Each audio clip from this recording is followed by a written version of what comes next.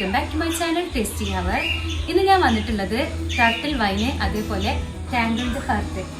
ഈ രണ്ട് ചെടികളും നമുക്ക് വീട്ടിൽ നല്ല ഹെൽത്തി ആയിട്ട് ലോങ് ആയിട്ട് വളർത്തിയെടുക്കാൻ പറ്റുന്ന ഒരു രീതിയാണ് കാണിക്കുന്നത്. അപ്പോൾ ഞാൻ കൊടുക്കുന്ന വളങ്ങളും കാര്യങ്ങളൊക്കെയാണ് ഇന്നത്തെ വീഡിയോയിൽ കാണിക്കുന്നത്. അപ്പോൾ വീഡിയോ എല്ലാവരും സ്കിപ്പ് ചെയ്യാതെ കാണാം. നമുക്ക് വീഡിയോയിലേക്ക് കടക്കാം.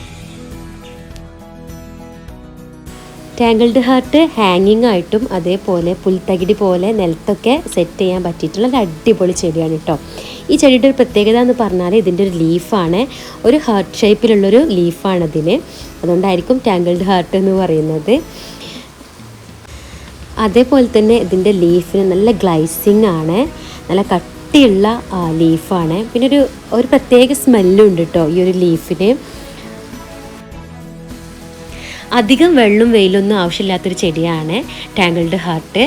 ഡയറക്റ്റ് സൺലൈറ്റ് തട്ടിയിട്ടുണ്ടെങ്കിൽ ഇലകൾക്കൊക്കെ ഒരു മഞ്ഞ നിറം വന്നിട്ട് ഇലകൾ ഉണങ്ങിപ്പോവാറാണ് സാധാരണ കാണാറുള്ളത്.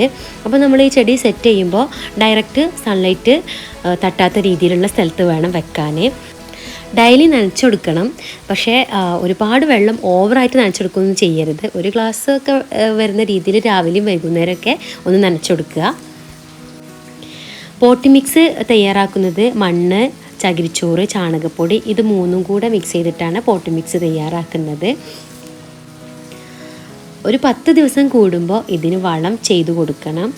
വളം ചെയ്തു കൊടുക്കുക എന്ന് പറയുമ്പോൾ നമ്മുടെ വീട്ടിലുള്ള പച്ചക്കറിൻ്റെ വേസ്റ്റ് അതേപോലെ മുട്ടത്തോട് ഇതൊക്കെ മിക്സിയിൽ നന്നായിട്ട് അടിച്ചിട്ട് നന്നായി നേർപ്പിച്ചിട്ട് 10 ദിവസം കൂടുമ്പോൾ കുറേശ്ശെ ഒഴിച്ചു കൊടുക്കാം.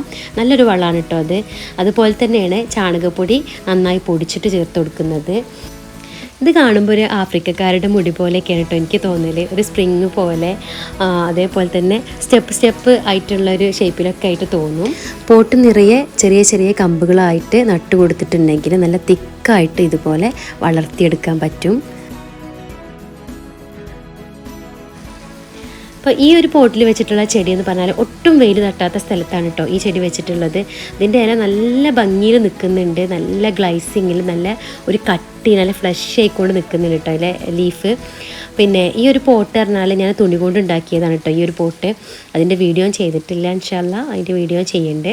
അപ്പോൾ ഇങ്ങനത്തെ കൂടുതൽ വെയിൽ തട്ടാത്ത സ്ഥലങ്ങളിലൊക്കെ വെച്ചാൽ ഒന്നും കൂടെ ഇതിൻ്റെ ലീഫിന് കുറച്ച് പച്ചപ്പും കുറച്ചും കൂടെ ഗ്ലൈസിങ്ങും കാര്യങ്ങളൊക്കെ ഉണ്ടാവും.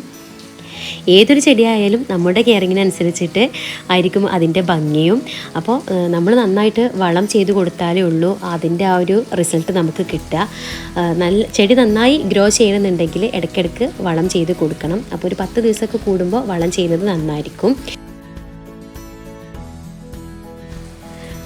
നമുക്കിതുപോലെ തന്നെ നല്ല അടിപൊളിയായി സെറ്റ് ചെയ്യാൻ പറ്റുന്ന ഒരു ചെടിയാണ് ടർട്ടിൽ വൈന്.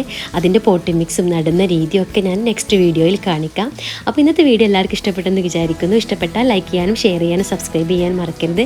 പുതിയൊരു വീഡിയോ ആയിട്ട് ഇൻഷാ അല്ലാ വീണ്ടും കാണാം. അതുവരേക്കും bye bye. All of you take care.